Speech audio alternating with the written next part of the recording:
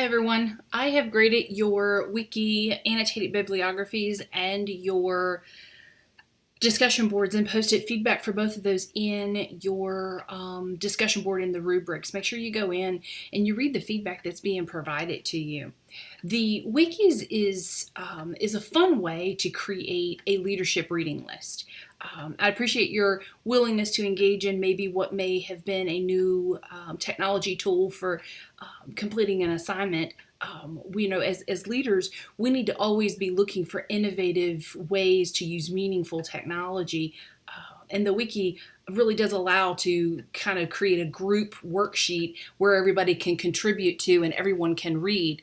Now that it's done, I'm going to send it to you as an attachment to this announcement so that you do have a general reading list in case you have an interest in developing your leadership skills through reading relevant leadership books. Lots of great books were on the list. I think my personal favorite is, and it probably always will be, it's the Crucial Conversations book. I love that book. The complement to it is Crucial Confrontations. I have them here on my book list.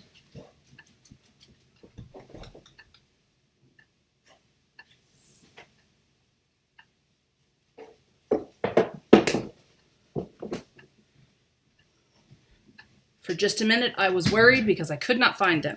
Okay, Crucial Conversations. This is the book. It does a fantastic job of introducing ways to have important conversations in a meaningful way. Once you're done with that, Crucial Confrontations, the follow-up to that book, it is another fantastic book. Both of these books really deal with effective communication when emotions are running high. So they're great works. Lots of great books out there, so I appreciate all of you contributing books that have been meaningful for you. Again, I'm going to hook you up with the wiki as a completed Word document as an attachment to this announcement for your review. The discussion boards were great. Love the insights with fractals and how you have connected them to your workplace setting and the role that they have in organizational design and development. So lots of good insights there. Not a lot of APA or grammar issues this week, which as always makes my job so much easier. One thing I will remind you is that each article that you use as a reference, remember that it needs the DOI. If you are unable to find the DOI, then you're going to use the URL or the web address of where you found the article, and then notice if you ever have to copy that web address of where you found the article, that URL, if you copied and pasted it into a reference list, is pretty lengthy. It can go up to 5 to 6 lines.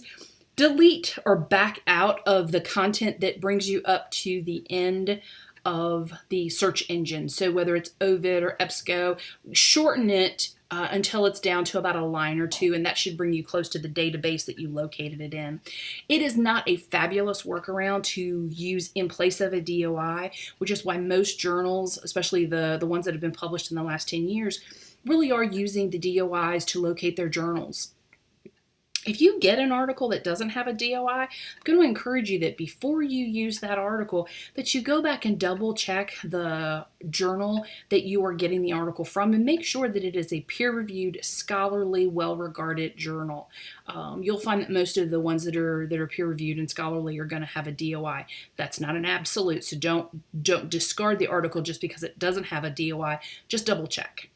Some of our international magazines or articles tend to be the ones that have the potential of not having them. That doesn't mean that the content isn't worthy or good to use. It just means you have to kind of double check. I think from an AP standpoint, we're good. Next week, you have got part 1 of your quality project. I'm going to encourage you to take the time to read the assignment instructions for part 1 and part 2. Part 1 is the setup of the concept. What quality project in your work area is a significant issue that is ongoing? That's part 1. What's a current quality issue?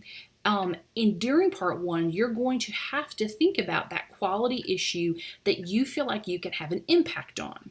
Because in part 2, which is a voiceover PowerPoint, you're going to give a brief synopsis of what your quality issue was, and then you're going to say, According to the evidence, these are about 2 suggested interventions that aren't currently in use, but could be placed in use and make an impact on our quality issue.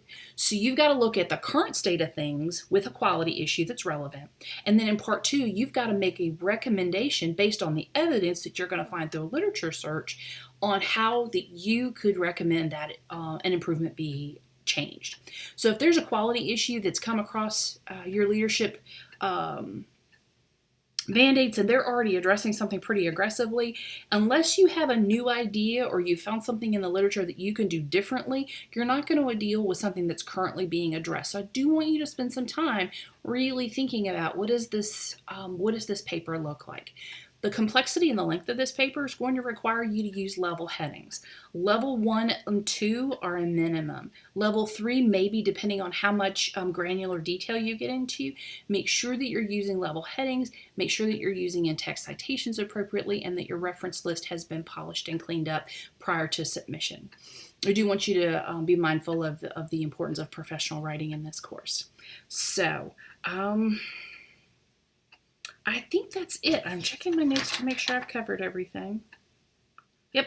I did read everyone's introduction. Thank you for taking the time to say hello and to introduce you to the course. I know many of you have had courses with one or the other classmates prior, so maybe you may just be introducing yourself to me if I don't already know you.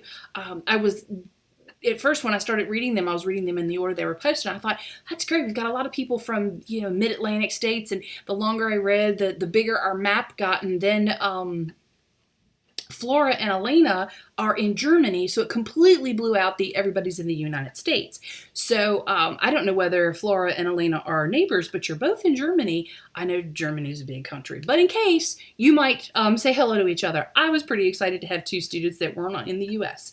Make sure that you take time to check in with one another. Use that introduction board, and then there's a community board that you're welcome to use to stay in touch with each other. Communicating with me is also important. I want you to use the Ask the Professor link to communicate questions that your peers would benefit from getting the answer. Where can I find? When is this due? Where is this located? How do I do this? All of that stuff is general stuff. Things that are specific to you, to your experience, to your grade, to something personal, I want you to send me an email. Please do not do both. Don't do an Ask the Professor and then send me an email. That doesn't increase my response time. It actually causes confusion because I get both notices and I don't know which one you want me to answer to, and I won't do both.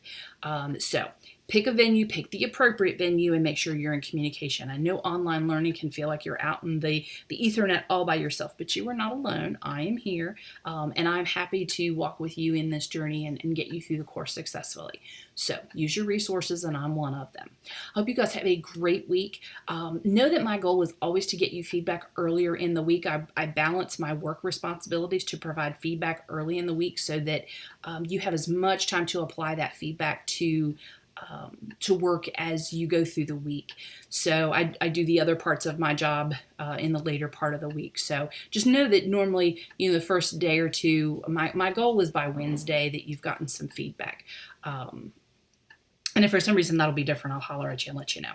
So it's time to feed the puppies yummies and make dinner. So I've got to go. Let me know how I can support you and know that I'm praying for you and I'm thinking about you. Have a great week, folks.